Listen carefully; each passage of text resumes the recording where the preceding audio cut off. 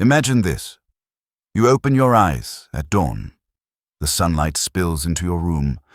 The air feels familiar, ordinary. You reach for your phone, scroll, sigh, maybe plan your day. And then suddenly, someone whispers in your ear, "Today is your final day. Not tomorrow. Not next week. Not someday in the distant future. Today." What would you do? Would you panic, running through all the things you never finished? Would you freeze, paralyzed by fear? Would you regret the wasted hours, the missed chances, the words you never said? Or would you stand calmly, breathe deeply, and face the day with courage, as if you had been preparing for this all along? The truth is, most of us live as if tomorrow is guaranteed. We waste hours, drown in distraction, cling to petty worries. But the Stoics warned us, tomorrow is never promised. Every day could be the last. Now, you might think this is depressing. But to the Stoics, it was the opposite.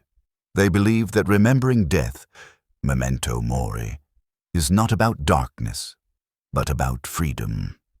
Because when you realize life could end at any moment, you stop wasting it. You stop pretending. You start living with urgency, with meaning, with truth. This video is not about Marcus Aurelius, Seneca, or Epictetus on repeat. Everyone talks about them. Today, we go deeper. We dive into the hidden wisdom of the Stoic school. Zeno, Cleanthes, Chrysippus, Hierocles, Posidonius, Musonius Rufus, Panaetius, Aristo, Antipater, Diogenes of Babylon. Thinkers who shaped Stoicism but are rarely spoken of. And together, we'll ask, what if today is your final day? Because when you can face that question fearlessly, you're finally free to live. And before we dive in, make sure to subscribe to Stoicism Mastermind, where every week we uncover ancient wisdom for modern struggles. If you want to master your mind, rise above fear, and live like today matters, this is your place. Now, let's begin with the Stoic view of death.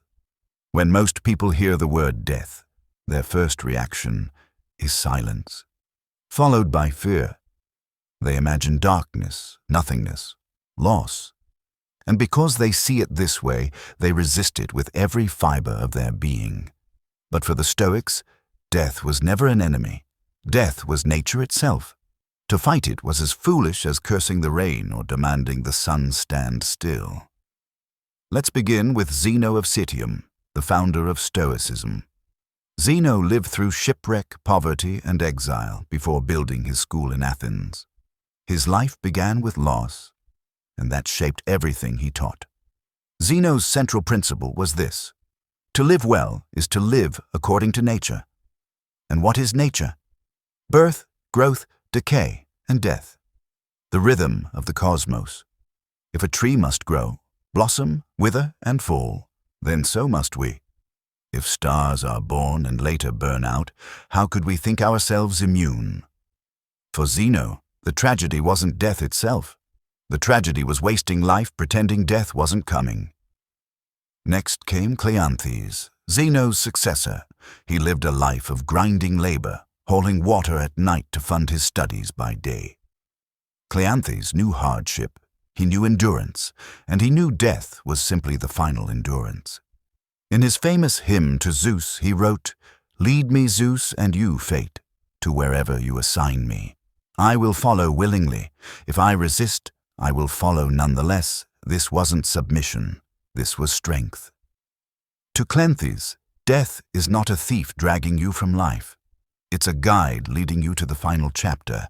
You can fight it, scream at it, resist it, but you'll go anyway. Better, then, to walk with dignity. Then came Chrysippus, the great system builder of Stoicism. He gave us a staggering idea: ekpyrosis, the cosmic fire. Chrysippus taught that the universe itself undergoes cycles of birth, destruction, and rebirth. At the appointed time, everything, stars, planets, living things, will be consumed in fire, only to begin again. Imagine that. Even the cosmos has a death. Even the universe doesn't last forever. And Chrysippus would ask, if the cosmos must die and be reborn, how absurd is it to think we should escape the same law? Death is not just your law, it is the law. The same law that governs galaxies governs you. Posidonius, a later Stoic, added another layer. He was both philosopher and scientist, blending Stoicism with early physics and psychology. He explained the soul as pneuma, divine breath. When you live, that breath animates you. When you die, the breath doesn't vanish. It returns to the cosmos, like a spark rejoining the fire, like a drop of water rejoining the ocean. Your life is borrowed breath. Death is simply returning it to where it came from. Hierocles gave us the image of life as circles of concern. At the center is you. Around that, your family. Beyond that, your community.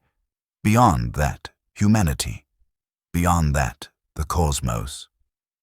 We fear death, Hierocles said, because we think it rips us from our circles. We imagine being torn from our family, our community, our world. But Hierocles said, this is false. Death doesn't destroy the circles. It collapses them into one. When you die, you don't vanish. You return to the largest circle, nature itself. Now, let's step out of ancient Athens and Rome for a moment and bring this home. Most people today live as if death is chaos. We don't talk about it. We hide it in hospitals, in funeral homes, behind closed doors. We pretend it only happens to others. But that denial makes us fragile. It makes us anxious. It makes us waste life. The Stoics flipped the script. They brought death into the open. They stared it in the face, every single day, not to obsess over it, but to accept it, to see it as order, not chaos. For them, death is not a mistake, it's not a punishment, it's not unfair, it's nature. Here's a Stoic exercise you can do today. Tonight, when you look at the sky, remember, the stars above you are burning toward their end. The planets move in cycles that will one day collapse. Even galaxies die. Then whisper to yourself, I too am part of this rhythm. Not smaller, not bigger, just part of it. So what is death in the Stoic cosmos? Zeno, death is part of nature. To resist it is to resist reality. Cleanthes, you will follow fate, whether willingly or not. Better to go with dignity. Chrysippus, even the cosmos must die. Why should you escape? Posidonius, death is the return of breath to the universe. Hierocles, death doesn't erase you. It returns you to the whole. If today is your final day, you are not leaving the world. You are returning to it. Why do we fear death so much? Is it because it hurts, because it's darkness, because it means losing everything we love? The Stoics would shake their heads. They'd say, no, that's not why. We fear death because of one thing, false judgment. Let's start with Chrysippus, the great logician of Stoicism. He argued that emotions aren't random storms, they're judgments. When you label something evil, fear naturally follows. When you label something good, desire rushes in. And death, we call it evil. We tell ourselves stories. Death is the worst thing that can happen. Death means I lose everything. Death means it's over. And so, fear follows the story. Chrysippus would stop you and ask, is death evil, or is it just nature? Because if it's just nature, then it can't be evil. Aristo of Chios, one of Zeno's early students, went even further. He argued that clinging desperately to life makes us slaves. Think about it. If you fear death above all, what won't you do to avoid it? You'll bow to tyrants, you'll betray friends, you'll sacrifice your integrity, all for a few more breaths. Aristo said, that is not life, that is slavery. Better to live free for a day than chained for a lifetime. Antipater, another great Stoic, sharpened this into politics. He warned that rulers use fear of death as their greatest weapon. A tyrant doesn't need chains if he can hold death over you. If you fear it, he owns you. If you don't, he is powerless. History is full of examples. From Socrates calmly drinking the hemlock, to Stoic Romans who defied emperors, to modern freedom fighters. The ones who stopped fearing death became unbreakable. Antipater's message is clear. When death loses its sting, oppression loses its power. Panaetios, who softened Stoicism for Roman culture, gave another warning. It's not just panic about death that harms us, it's denial.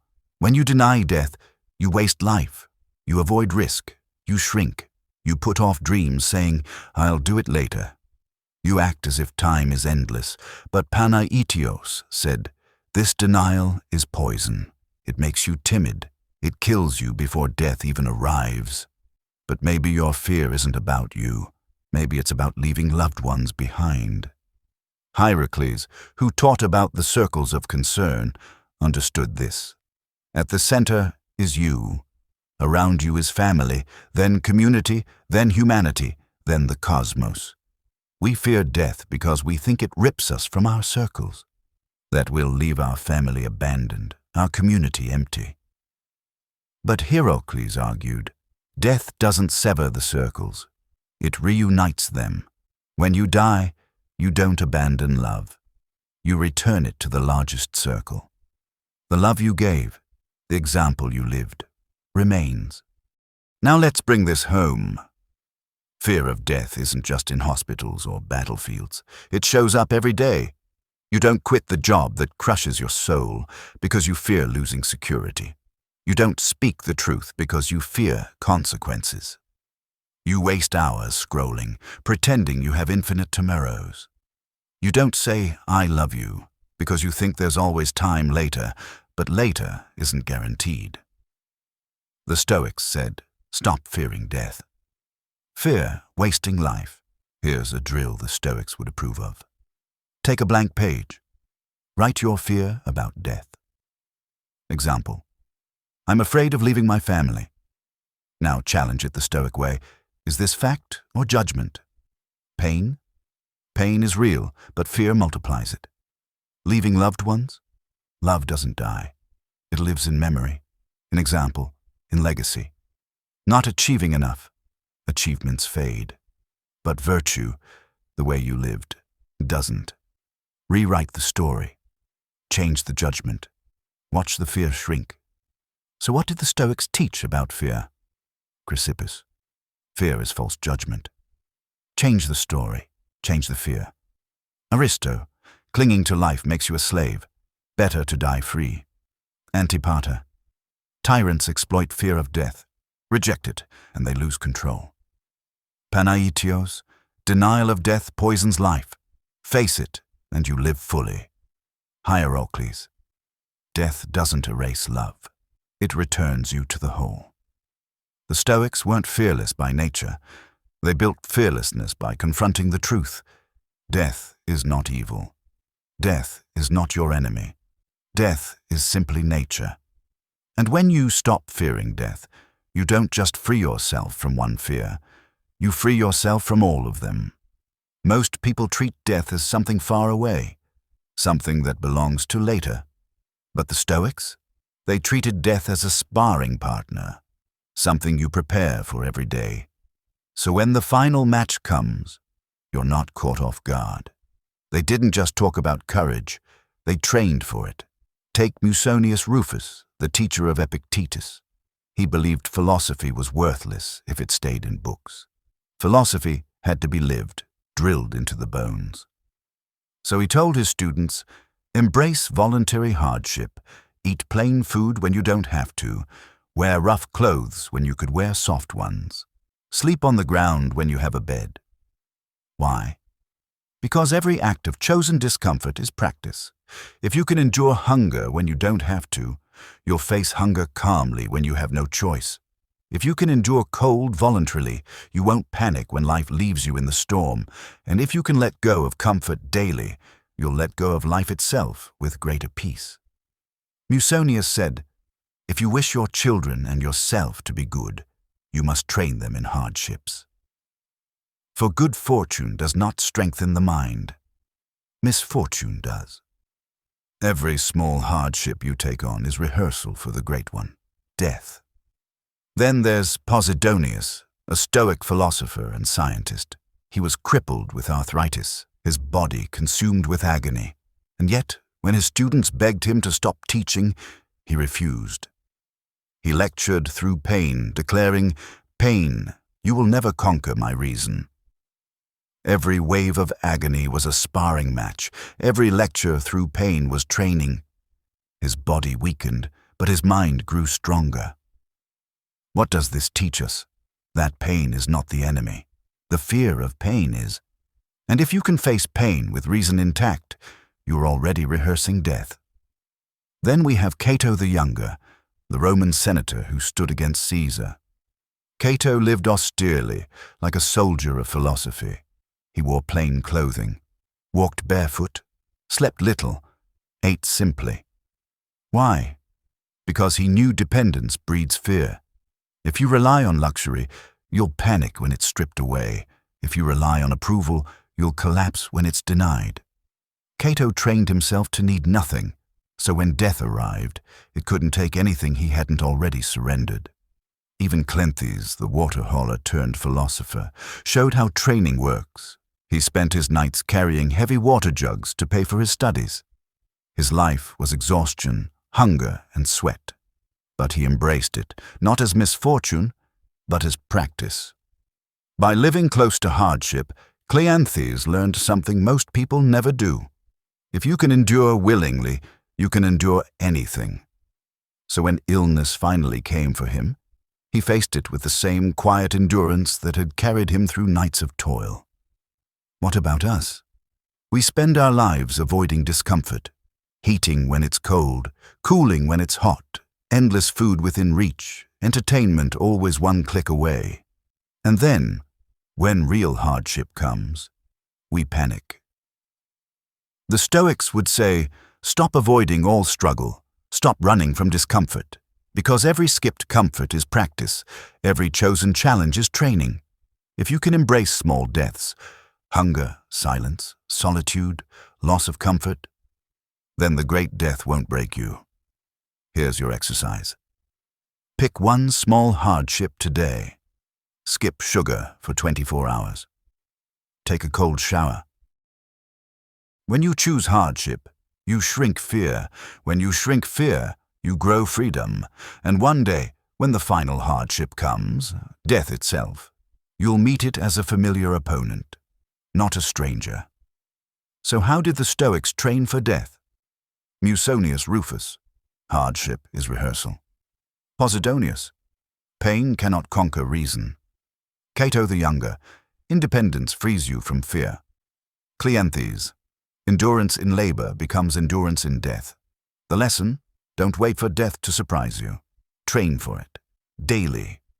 Every small discomfort you embrace is a step toward freedom. Every hardship you endure willingly is practice for the final day. Most people are obsessed with extending life. More days, more years, more time at any cost. But the Stoics flipped this thinking. They weren't obsessed with how long they lived. They were obsessed with how well they lived and how well they died. The Stoics used a word, euthymia. It means a state of inner calm, clarity, and balance. To them, the true measure of life was not years, but whether you could carry euthymia, tranquility, all the way to the end. A long life, lived in fear and compromise, is worthless. A short life, lived with virtue and dignity, is complete. Take Cleanthes, the water hauler who became head of the Stoic school. When he grew old and sick, he stopped eating. His students begged him to fight, to cling, to hold on. But Cleanthes simply said, "Why rebind the bow when the string is loosed?" For him, death wasn't defeat. It was the natural loosening of the bow, the end of tension. To resist it would be absurd. He showed his students that dying well doesn't mean raging against death. It means meeting it with the same dignity you carried in life. Zeno of Citium, the founder, gave a similar lesson. Late in life, he stumbled and broke his finger. He took it as a signal from nature. Instead of clinging desperately, he quietly ended his nourishment, saying, "I come willingly." This wasn't despair. It wasn't depression. It was obedience to nature. Zeno saw death not as a thief, but as a summons, and he answered it with calm. Then there is Cato the Younger. For Cato, dying well wasn't just personal. It was political. When Julius Caesar seized power, Cato faced a choice: live under tyranny or die free. He chose death. On his final night, he read Plato's Phaedo, the dialogue about the soul and death. Then he fell on his sword. His death shook Rome more than his speeches ever could. It became a symbol of resistance, proof that freedom means nothing if you cling to life at any cost. For Cato, dying well meant refusing to live dishonorably. Now, the Stoics didn't glorify suicide. They didn't say, "End your life when it's hard." Number. They said suicide can be rational, but only under one condition: when life can no longer be lived in harmony with nature and virtue. If you can still live with dignity, you live. If living means endless corruption, slavery, or dishonor, you may choose the exit. For Stoics, the question was never, "How long can I survive?" The question was, "Can I live with virtue right now?" Think about our world today. We cling to life at any cost. Machines keeping bodies alive when minds are gone. Endless treatments even when dignity is stripped away. We measure life by numbers on a chart, not by quality, not by virtue. The Stoics remind us, a long life without dignity is not a blessing, it's bondage. The goal is not to avoid death at all costs. The goal is to live and die in accordance with nature, to die well. Here's an exercise. Write down your answer to this. What would it mean for me to die well? For some, it's dying in truth, not lies. For others, it's dying in courage, not fear. For others, it's dying having loved, not withheld. Be honest. If today were your last, what would make your exit dignified? This isn't morbid. It's clarity, and clarity is freedom. So what is the Stoic ethic of dying well? Euthymia. True success is carrying tranquility to the final breath. Cleanthes. Don't rebind the bowstring when nature has loosened it. Zeno. When nature signals, obey willingly. Cato. Better to die free than live enslaved. The Stoic view of suicide. Life is good only if it can be lived in virtue. The Stoics weren't afraid to die. They were afraid to live without dignity, and that's the lesson. Death is inevitable. But dying well, that's a choice.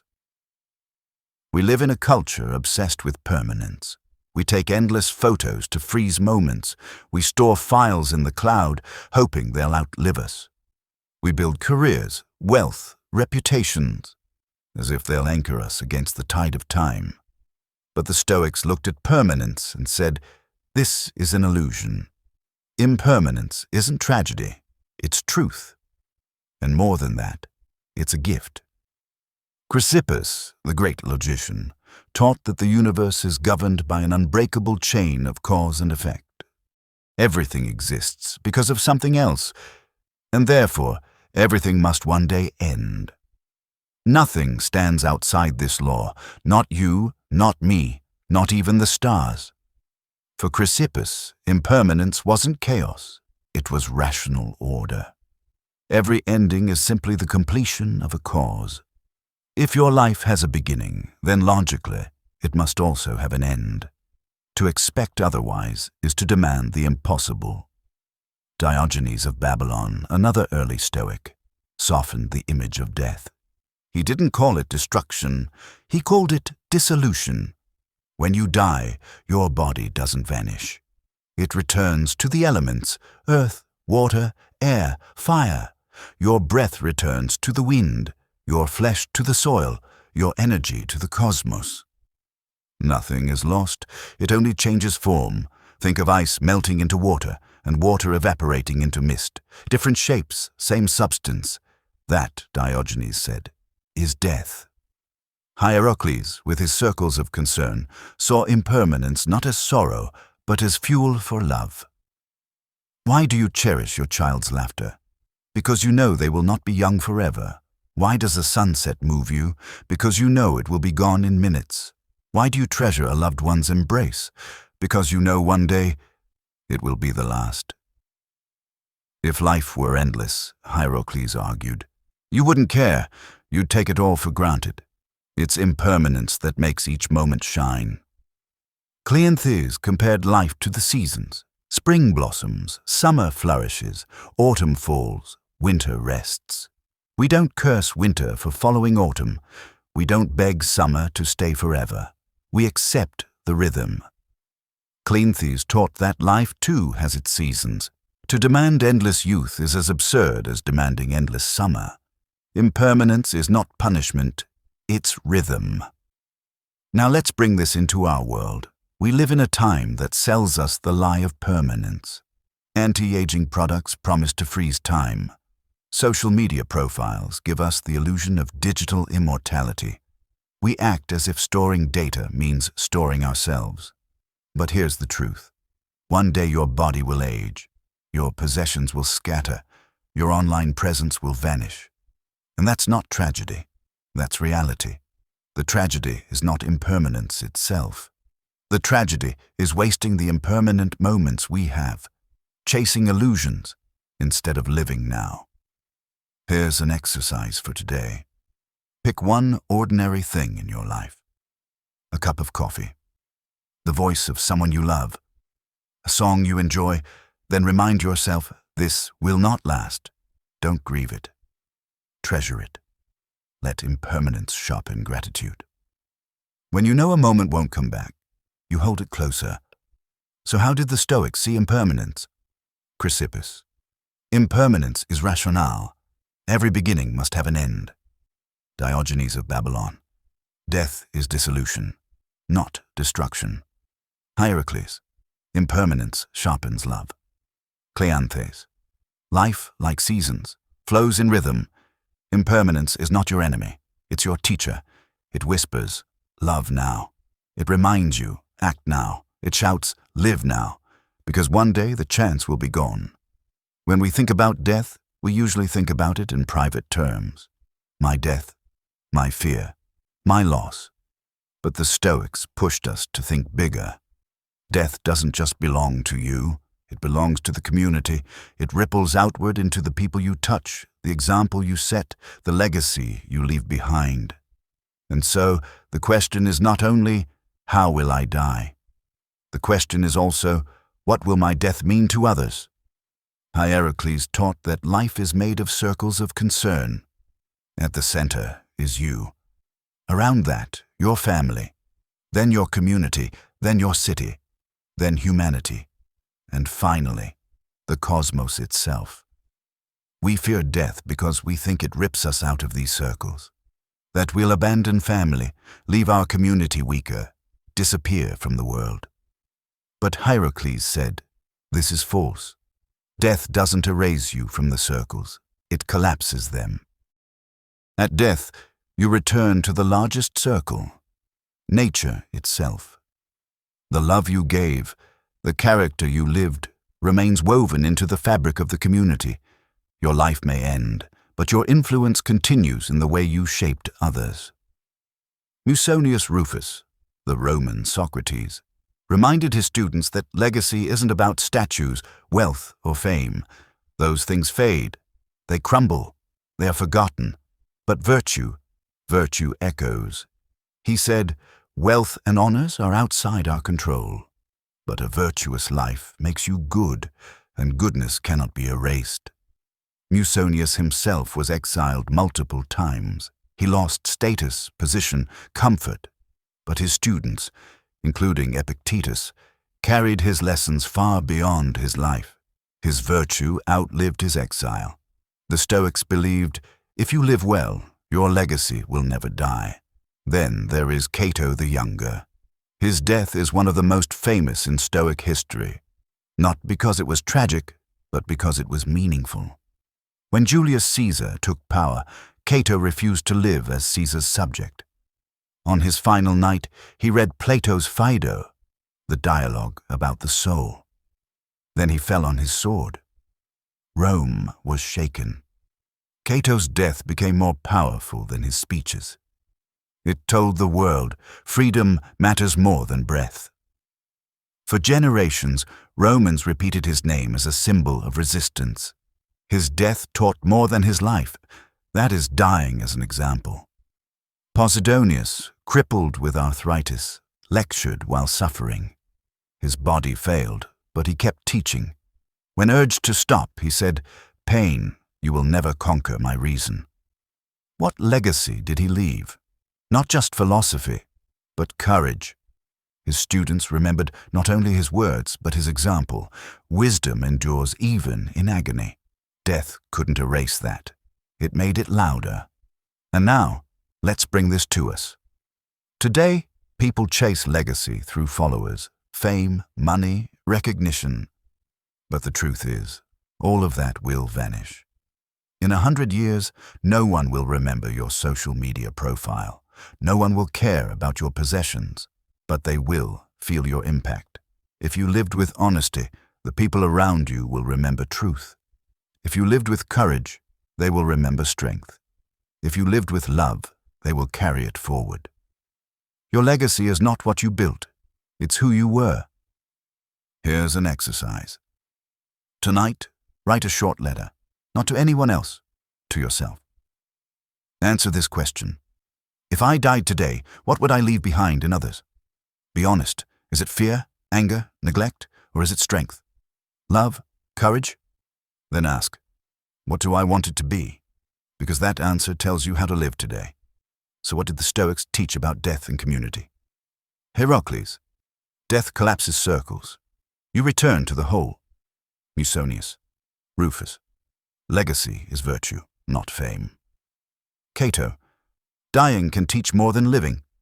Posidonius, even in pain, reason endures, and that courage is remembered.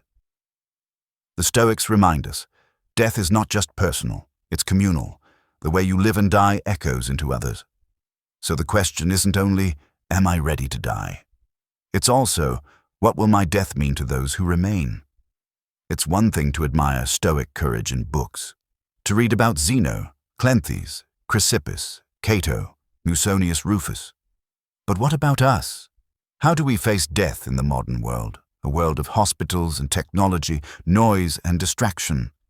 The truth is, our fears haven't changed, only their clothing has. And the Stoic response is still the same. Death is nature, and you must meet it with courage. Think of Posidonius, crippled by arthritis. He taught through pain, saying, "Pain, you will never conquer my reason." Now think of today, chronic illness, cancer, depression, anxiety. The Stoic lesson?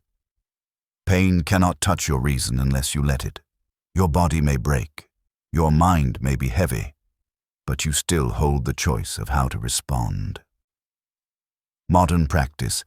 The next time pain strikes, whisper to yourself, "You may take my body, but you will not take my reason."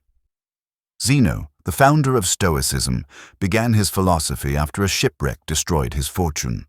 From ruin, he built wisdom. Today, people fear financial collapse, losing jobs, houses, status. But the Stoics remind us, money is not the foundation of life. Character is. Your wealth may sink, but your virtue floats. Loss can be the start of your rebirth. Modern practice. If you lose something material, ask yourself, what virtue is this loss training in me? Cato the Younger lost elections, was mocked, even despised. Yet he lived with integrity, refusing to bend. Today, rejection feels like death. Losing friends, losing likes, losing approval. The Stoics say, better to be hated for truth than loved for lies. Rejection is not death. Compromise is. Modern practice. When rejected, Remind yourself, I would rather stand alone with honor than be surrounded by applause for dishonor. Chrysippus said fear is false judgment. And what is anxiety, if not fear projected into the future? Today, anxiety is epidemic. We replay conversations, regret yesterday, dread tomorrow. We live everywhere except the present. But Stoicism reminds us, the only place life exists is now. Fear is just a story. Change the story, and the fear weakens. Modern practice. When anxiety hits, pause and ask, is this fear a fact or just a judgment? The Stoics didn't know Instagram or TikTok, but they would have seen through it instantly. We chase digital permanence. Followers, archives, photos, profiles. We act like if the internet remembers us, we'll live forever. But here's the truth. In 100 years, your account will be dust. In 500 years, your name will vanish. In 1,000 years, the world won't know you ever existed. And that's not tragedy, that's reality. Your legacy is not online, it's in how you live today.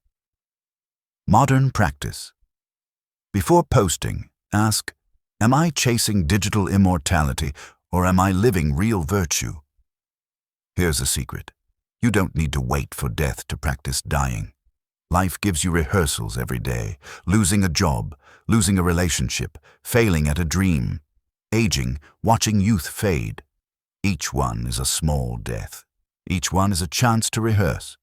If you can meet these little deaths with courage, you'll meet the great one with peace. So how do Stoic lessons apply to us today?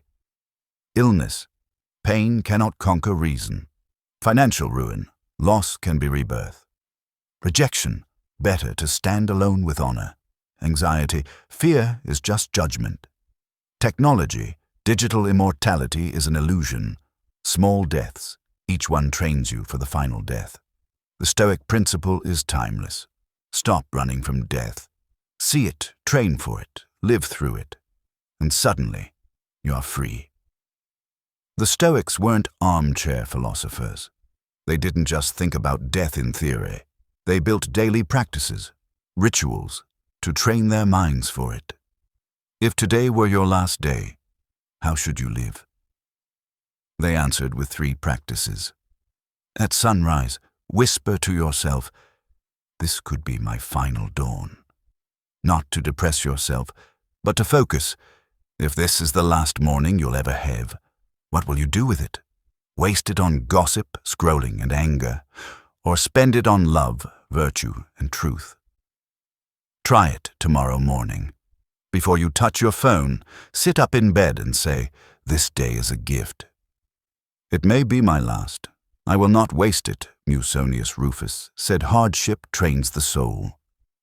The Stoics practiced little deaths throughout the day, skipping luxuries, enduring discomfort, practicing silence. At lunch, eat simply, even if you could eat richly. In the cold, bear it without complaint. In an argument, stay calm when you want to explode. Each time you endure loss, you train yourself for the greatest loss, death itself. Modern ritual. Choose one small discomfort daily, a cold shower, a skipped indulgence, a hard truth spoken. Treat it as rehearsal. At night, the Stoics would reflect, if I don't wake tomorrow, did I live justly, wisely, courageously, and with self-control today?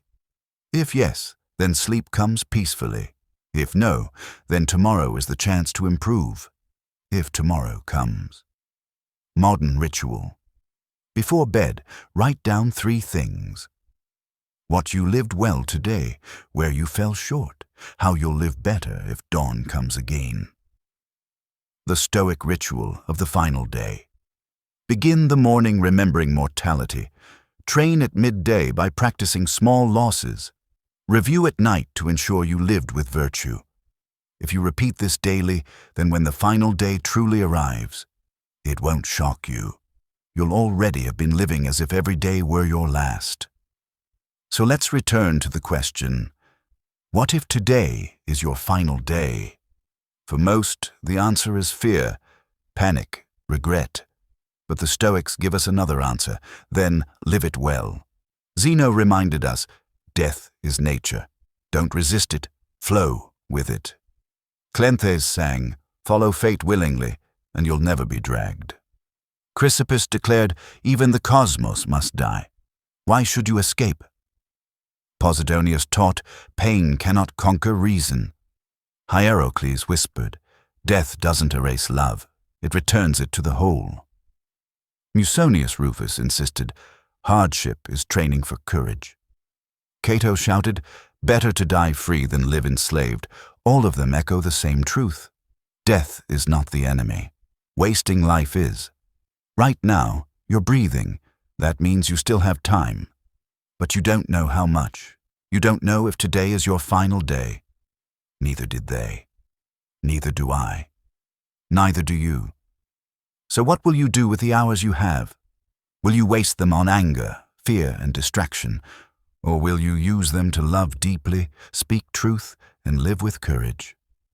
This is the only real choice you have. Right now, you're alive. You're breathing. You're watching this. That means there's still time, but not forever. The Stoics would remind you, every breath is borrowed. Every sunrise is rented. Every heartbeat is a loan you will one day repay. And here's the truth most avoid. You don't know when the payment is due. None of us do. That's what makes life fragile. That's what makes it sacred. The question is not, when will death come? The question is, when it comes, will I be ready? Ready not in the sense of being unafraid. Fear is natural. Ready not in the sense of having achieved everything, achievements fade. But ready in the sense of having lived honestly, courageously, with love, with dignity. Because here's the paradox. If you live as if each day might be your last, then no day is wasted. And when the final one arrives, you will not be robbed. You will be fulfilled. Pause for a moment. Imagine today truly is your final day. Would you spend the next hours in distraction? Would you spend them chasing approval from strangers online? Would you waste them on anger, gossip, or fear? Or would you spend them differently? Calling someone you love. Saying the words you've been holding back. Doing the thing you've been delaying, waiting for someday. The Stoics teach us, someday is not coming. You have today. Only today. At the end, there are only two kinds of people. Those who die clutching, regretting, afraid. And those who die having lived. Ready, calm, complete. The Stoics weren't superhuman. They felt fear, pain, loss. But they trained daily to ensure they'd belong to the second group. You can too. So live today. Speak truth today. Hold nothing back today. Because one day the whisper will come. This is your last day. And when it does, you won't tremble. You'll breathe deeply and say, I was ready. I lived well, and now I return to the whole. And if this message struck you, don't let it slip away. Like this video, subscribe to Stoicism Mastermind. Share it with someone you love. Not for me, for you, for them, for anyone still sleepwalking through life, thinking they have infinite tomorrows. Because the Stoics were right, we don't control when we die, but we do control how we live until then. So choose well, choose today.